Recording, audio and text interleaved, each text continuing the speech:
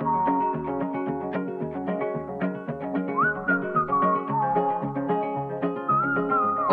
to the Belonging Project podcast. This is a space for honest and curious conversations about work, identity, and belonging, grounded in ordinary life and working parenthood.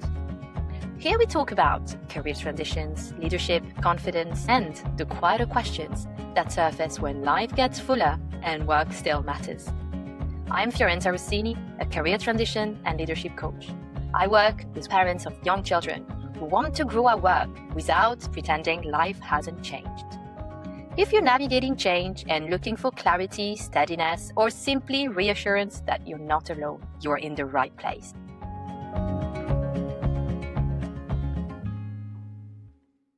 Today, I'm sitting down with Elysha Weissglass, who is a leadership coach and people development partner. Hi, Elysha. Welcome. How are you today? Hi, Fiorenza. It's so nice to see you. I'm doing well. Is it also super warm for you today? I know you're on the other side of the pond. Yes.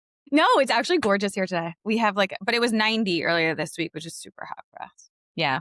So we Super have hot for that you? version Yeah. now. Yeah, for a few days. Yeah. Right. So we are gonna deep dive into what you do, of course.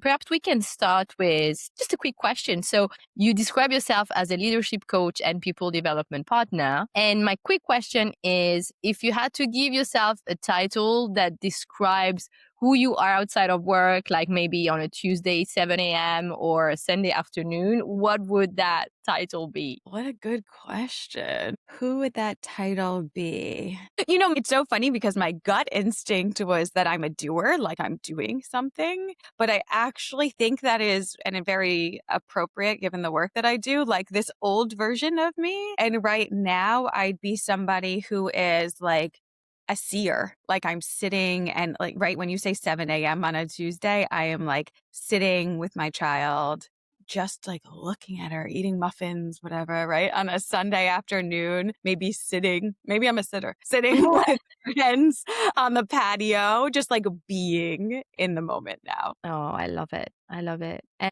when you have a child, I think they are very good at reminding us to sit a little bit more and to be more mindful of the present moment.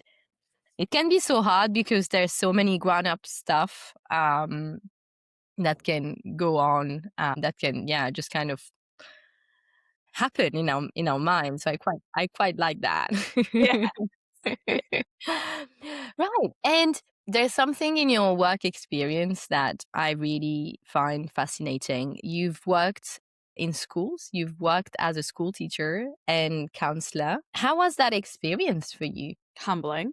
Definitely humbling, but it was great. It was actually my first moment, probably at a young age, of being able to say like, oh, this is what I wanted to do. I was doing work I had set out for a really long time to do, and it has shaped my lens, right? To be able to see. I worked in high schools, so actually, like the interesting piece is I wanted to work with 3 and 4-year-olds. That was like where I was initially setting out to work with families with kids with that age. And I ended up in high schools. And I remember talking to my dad about, I don't know if this is what I really want. Like, it wasn't my original goal. And he was like, well, what do you like about working with young children? And I was like, the rapid growth, like this ability to like watch them in real time and like be an observer and or support that kind of rapid growth. And it's so funny as a parent now to I can hear my dad saying back, it's just the same thing, but they're a little bit bigger. And I really had that experience of being able to enjoy connecting with kids and families through these periods of just intense development and growth. And it shaped a lot of my focus was on transition. So entering 9th grade year when kids are 14 in the US and 12th graders, so who are about to leave and go out in the world and do their own thing. And I just became so interested in all of the identity shifts and the ways that people, both young people and parents, navigate through those pieces. It's very much, as you said, 2 big transition moments. That must have been a really fascinating experience. I'm curious, what is it that you learned through your experience working in schools that has perhaps shaped how you view leadership? Yeah, one specific story, or, I always laugh that nobody will tell you the truth faster than a high schooler, right? Or a teenager. And those of us who work with or parent teenagers, I'm sure know that. And so there's this moment in time where, when I was a young teacher, I thought it was my job to be very bubbly and energetic and like, school is great, everything is wonderful, and everything's great all the time. But that's not the reality. And at one point, a student shared with me feedback that, like, when you're always so happy in a way that feels like it's a show, it, like, basically, I don't trust you anymore. Right? Yeah. They were like, well, I think, like, okay, like, what am I doing here? Like, there's no value here. And so it has totally, I mean, I received that feedback at a young age, right? So maybe like one lesson there is the value of feedback. But the second is the value of authenticity and like what it really means to show up for people in a way that's true to you and why that's so valuable and how important that impact is. Yeah. Yeah. Yeah. Ah, and you've come to this realization and observation quite early on because that was the start of your Mhm. career, right? Yeah. How did you decide that you wanted to transition out of school and into corporate and later on coaching? Great question. And probably one of my biggest identity shift moments when I think about the work, right? We're so connected to what we do, especially in the US. I think that's actually been an interesting thing to observe. But I was, as a school counselor, so I was a school counselor in New York City for 4 years. And there became a point where, as a counselor, I was doing almost as much, if not more, adult work as I was working with kids. So I was spending all this time with parents, coaching teachers, coaching advisors, supporting different people across our larger school network on how to make connections, like have difficult conversations, right? Do all these just like really important pieces of the work. And I was just doing a lot of it and really enjoying it. And I found myself in this space. I will name that it was also the pandemic. So we had this sort of everybody is reflecting on how you're spending time and where your energy is going and what's next. And I had always been more successful chasing what's exciting instead of having to run from something or waiting until, to see what's next. And so I took a leap, said, I really am enjoying the adult side of things. I learned that, like, this is something I can do in a different space. I really believe it. My college research was in attachment theory and like parent-child relationships. And I always have this vision of that. There's like a cartoon of like what happens at work, right? And how that person takes that home. And so I decided to take a risk and experiment and said, let's see if I like this in the corporate space. And I've been really enjoying it. It's amazing. Well done, because it takes a lot of courage as well to decide, right, that time has come that you want to make that shift for sure. And I think you're right. You're spot on. COVID and the lockdowns, plural, Yeah. have created lots of reflection points or led lots of people Yeah. to have And I those. realized as I'm saying it, I'm like, oh, it sounds like I just decided to take a risk, right? It was probably a year of even pre-pandemic of like, who am I? Is this what I want to be doing? Yeah. I'm laughing thinking about my partner and be like, it didn't quite happen just like that, right? Like Yeah. there's these moments of checking in with yourself and noticing when things didn't quite feel right anymore Yeah. and building the capacity and the confidence and working with a coach to get myself to the next place. Completely resonate with what you've described here. That's also how it happened for me, actually. Um, Mm. on paper, I transitioned from corporate into coaching during COVID, but actually it was something that I had been working on for a bit more than a year prior. So exactly, Mhm. quite similar. And right now you have quite a unique position where you work as a coach, but you're also working inside organizations that gives you a dual vantage point, and it helps you sharpen everything. Could you tell us a little bit more about this? Yeah, I've actually it's so funny you naming this because I had several moments in the last 2 weeks where I was like, oh, wow, I'm seeing things really in like the full cycle or the full picture of what's going on. But really, I think being able to be inside the organization while also coaching people individually lets me see sort of like the deeper side of what's going on with an individual, right? Like in our coaching work, we really go deep. We can like unlock and uncover things that are below the surface for a lot of different people and a lot of different experiences. And while I'm in an organization, I see the bigger picture, right? Like why somebody might be struggling. I think a great example is like, if somebody is layered in an organization, right? Someone was brought in between their old boss and them. That doesn't always feel great. But there's like a lot of opportunity that can come with it. And so being a part of the organization, I have multiple perspectives there, right? Like I get to see and feel and actually like coach somebody within that organization around that topic. And I can help them understand the bigger, what they need to be able to move forward with something that might be frustrating. Mm. So it like really gives me this sort of like, I don't know, being able to like see the bigger landscape or the bigger picture of what our clients are experiencing or like what's possible maybe. Have you found that in some conversation, you were actually able to say to your client, well, you know what, can I share my perspective with a wider lens? Yeah. I mean, often I'm sure you feel this tension with coaching too, right? Often I want them to see those possibilities. But I do think like in the spirit of transparency, absolutely. I'm like, here are some things that I'm learning or I've observed in other spaces. And it's funny, it's not just with that organization, it's always expanding to have multiple types of clients helps with that too, right? Like when I work often with people returning to work or with newish, I say ish because within the first few years, parents. But I also have clients who are in like just career transition or trying to figure out their place in career. And I had one in particular who's having a really hard time with a manager who was returning from their leave.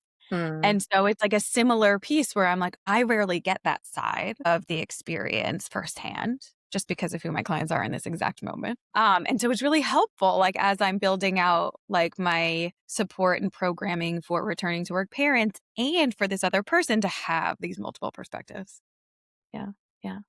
And tell us a bit about the work you do when you're inside organizations. Is that coaching? What does that look like? Question. Well, I always say I'm working with people and organizations that in like this moment when everything is expanding faster than people can catch up. And so what I'm doing right now is really focused on strategic planning on people growth and performance. So, I feel really lucky that one of my anchor organizations or the organization that I'm spending the most time with right now is incredibly committed to making sure that they are developing people in a way that will be able to keep up or at least like be close behind how fast they're growing, which is so rare. So often organizations say, okay, we'll just go really quickly, see who is still here and then build the programs for them, right? Or like kind of expect people to fall off. And the organizations I work with know that their people are their greatest asset and that they want to build programs that support them. And so it could look different depending on the organization. For right now, what that looks like is laying out like the strategic programming, right? What does it look like to bring someone on board? What does it look like when they're here? How are they getting maybe coaching or manager development or leadership development to make sure that they have the skills necessary to be successful here and also continue to grow if they want to.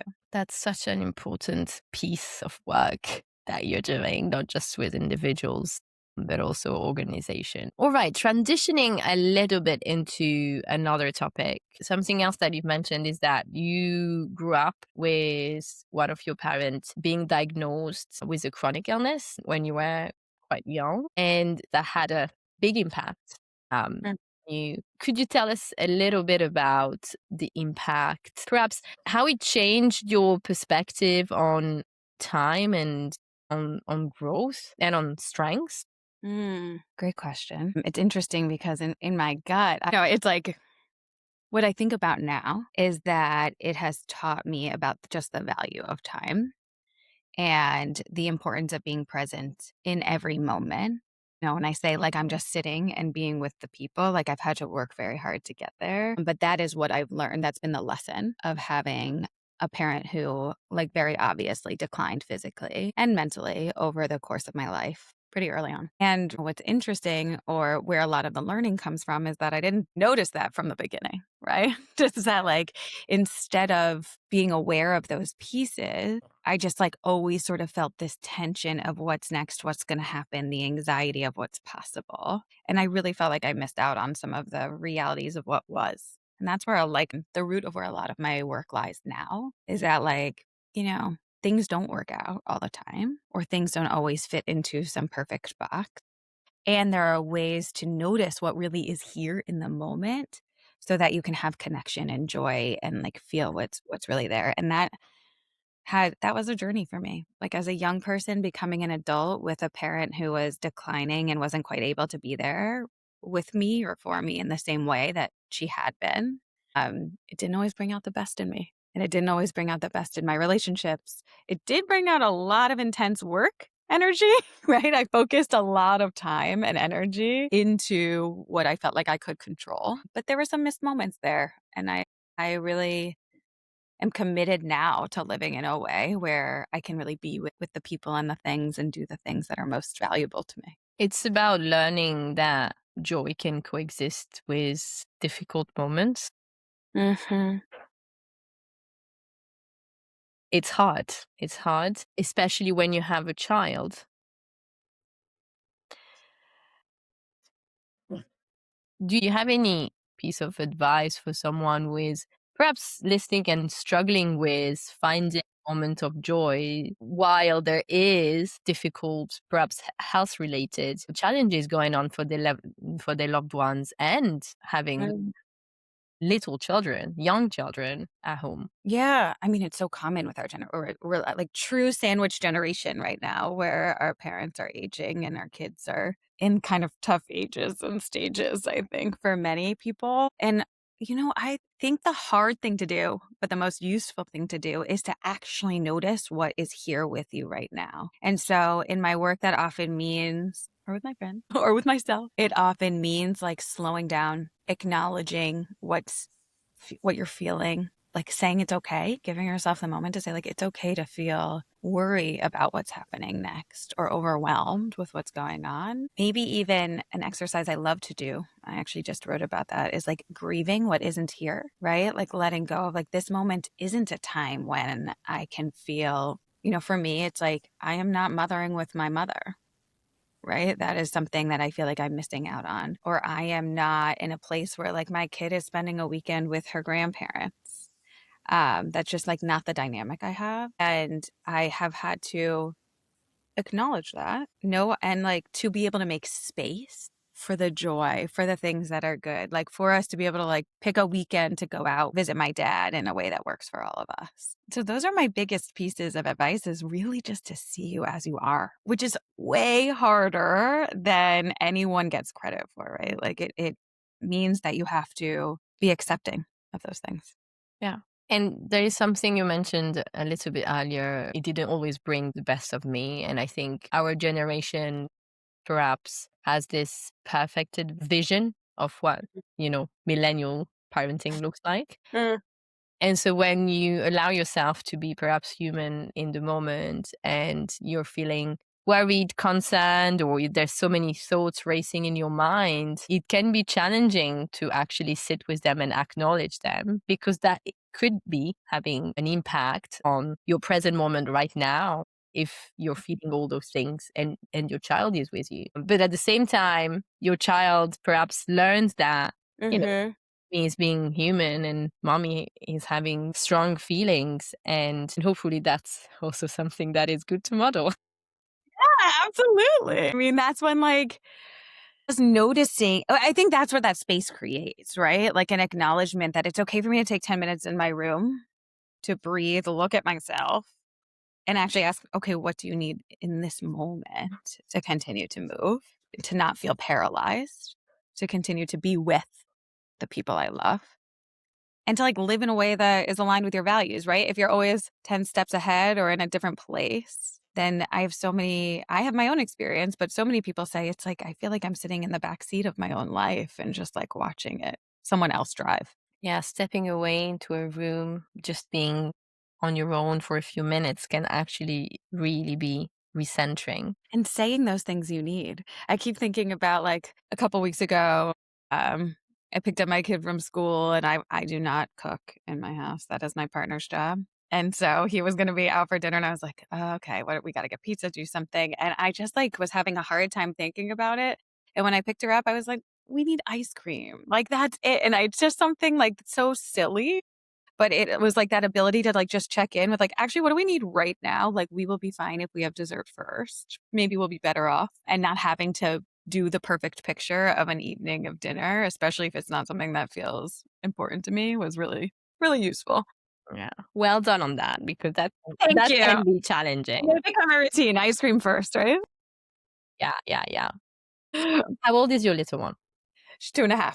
She's 2.5. Okay. Mm-hmm. And so I know you've mentioned your mom isn't with us anymore. Mm. Do you find yourself talking about your mom to your daughter already? She's still young.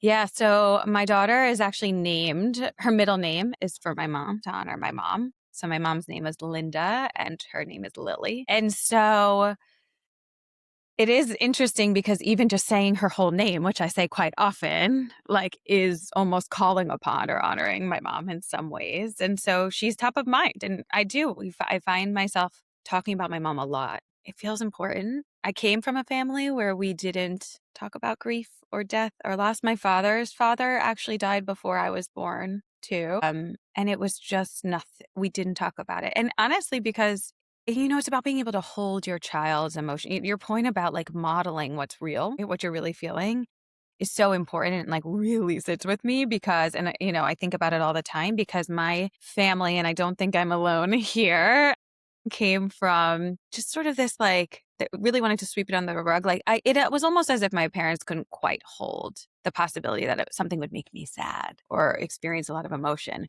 which was unfortunate for them because I am high E, very emotional. So like anything could really, we laugh that I'm crying at commercials all the time because this is just like I'm a real feeler. And so we didn't spend a lot of time on those things. And so now it feels really important to me to be able to say who my mom was, what she would like, what she wouldn't like, what she looks like. We look at pictures, what she would have wanted to be called if my child got to meet her. And, I tear up sometimes and it's fine. I will say we are at a space and time or a stage now where my kid notices, right? And she's asking, or she'll say things like, don't be sad. And so learning to say like, oh yeah, I miss her, or this is what, get emotional now, but this is like why we're talking about her, or you should know who she is, feels meaningful. It's a beautiful modeling that you're doing. I know I'm expressing positive judgment here, and that's, we don't need it. Doing our best, I do. My hope is that I do feel, I always say like my mission in life is that people embrace change and transition with kind of some sort of energy. It doesn't always have to be positive, but some energy or some oomph, right? Or excitement about it instead of fear and retreat. And so my hope is that there's a lot of great people doing work around grief and loss talk now, but that by just talking about this and like being really, sharing about how I feel, that my kid won't be fearful or retreat around the tougher experiences in life. How do you think people can find belonging in those messy moments, such as the ones we talked about just now? Such a great question. So I think that like is the challenge, right? Is that so much of the work that we do is around these moments when people tend to retreat. They like almost either want to be invisible or feel invisible when you're grieving or when you're a new parent or when you just don't feel like you have your footing yet. When there's like this gap between who you were and who you're becoming, I feel like that is the part where belonging is really tough. But I think that it really shows up when you're able to say something out loud that you haven't been saying elsewhere. So I think there's one sense of belonging when like you voice whatever is going on inside of you. It could be to anyone, it could be to yourself, right? It could be on a writing or podcast, whatever it is. But sometimes just saying something out loud like gives truth to the experience and it could help you feel belonging.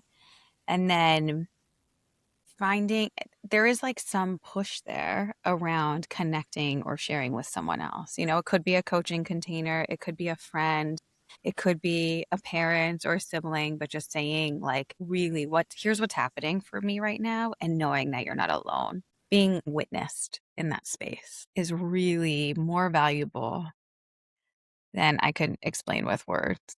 Yeah. Yeah. Yeah. Yeah. And sometimes it's just about being witnessed, feeling seen Mm-hmm. and heard, not having someone trying to fix us, because I think we do try to fix ourselves a lot or to fix the situation a lot to gain control. Mm-hmm. And that Right. is such a source of, spiraling thoughts. Thank you for being here. I hope you're enjoying today's episode. If you want to hear more about this topic, join me on LinkedIn at linkedin.com/in/Fiorenza, FIORENZA-Rossini, ROSSINI. How did you get to decide that you wanted to work on transitions and the inflection moments? I think that is your word, the inflection points. You know, it's so funny. Like, I'm thinking, like, did I decide? It sort of came to me, right? Like, there's these pieces where we don't always actively choose the thing that we're doing all the time. I do believe that the work that I did in schools around this entering ninth grade and exiting 12th grade piece probably helped move me in this direction. I also have like maybe some weird comfort with transition points. I was like, this might be something I need to explore, is like, why do I like this in between space? But you know, I think the reality is I love to help people get to wherever they're going. And like in these transition moments, you know, we're all changing all the time, but in these like a little bit more pressured transition moments, they're huge opportunities to help people be a better version of themselves, be the version of themselves that feels more aligned, the one that feels like connected, that they're purposeful. And I think the impact on the world is huge there, because so many people have these messy, awful experiences in transition. And there's messy, beautiful and messy, awful, right? And in the messy, awful place, the emotional builds and the ripple effects of that are really tough. You probably know people like this, right? Where you can like see how even when you get the like, well, I didn't get that kind of support when I had a kid, or well, I didn't get this, or well, you're a new manager, figure it out. Like throwing you in there, right? Without any support or any opportunity to connect. It just like continues to build a negative impact in the world. And so I think supporting people in a way where I really can see them and hold that space feels like I'm making some sort of purposeful impact. And Elysha, you have lost and rebuilt and gone through big transitions yourself. How do you define belonging right now? What's Mm. your definition? Gorgeous question. Okay. Okay. I think belonging is really about, for me in this moment, is around self-acceptance and comfort with what is. I keep saying it, but with what is here. And therefore it creates like an openness for connection and what's to come. So it's about kind of acceptance, acknowledgement, and maybe spaciousness. Have you ever thought about coaching around grief? Yes. So yes is my short answer. Although I would say some of my protective friends would probably be like, nah, don't work on that. That you can still you can stay separate from. But I think that yes, I do. Like a lot of the people I work with connect with me because they've had similar experiences. You know, I write about my grief. I started a Substack thinking about all the things. But the thing that's been most present is mostly around navigating through my grief, which is now I'm almost 3 years since my mom died, but it's here and there's always something new to kind of observe or navigate through with it. So I will say it is present in my work. Like some people do seek me out for the shared experience, which is, you know, what we know to be true and helpful. Not Yeah. always have to explain those pieces. Yeah. And so maybe one day, I guess, is really the answer. Yeah. That this is, you know, what this focus on the transition, like to and through parenthood, is one of my focus areas. Is I think the push for me to do that was actually about experiencing both things at once. That like losing my mom at the same time that I was birthing a baby was like the weirdest, confusing, disorienting experience. But I'm not alone in that. It happens, unfortunately, all the time. And B, like people navigate other things while they're, bringing a child into this world or becoming a parent or, in any way or shape or form it happens. So it's all connected. It is all connected. Last year, we had a big kind of scare almost a year ago where we thought that we would lose my mom, who has had many kind of physical challenges over the last decade and more, and then also struggling with mental health, probably throughout most of her life. Although that generation, she's a baby boomer, huge stigma in talking about it, acknowledging that there's something going on. But the reality is that her anxiety was so present growing up that, what I came up with my recent therapist when I worked through all of this last year was it felt like anxiety was a family member sitting at a dinner table and there was a chair for anxiety. And sometimes my mom's anxiety would be so strong that it would shut up my mom's actual voice. And I was lucky because my maternal grandmother was living with us. Long story, but she was living in Italy on her own and we were living in France. And then at some point she moved in when she started to have her own kind of health challenges. But she is, to me, like reflecting back on my childhood, the rock. And she was holding me and she was holding my mom and the family. And I think there's lots of kind of, I am getting emotional,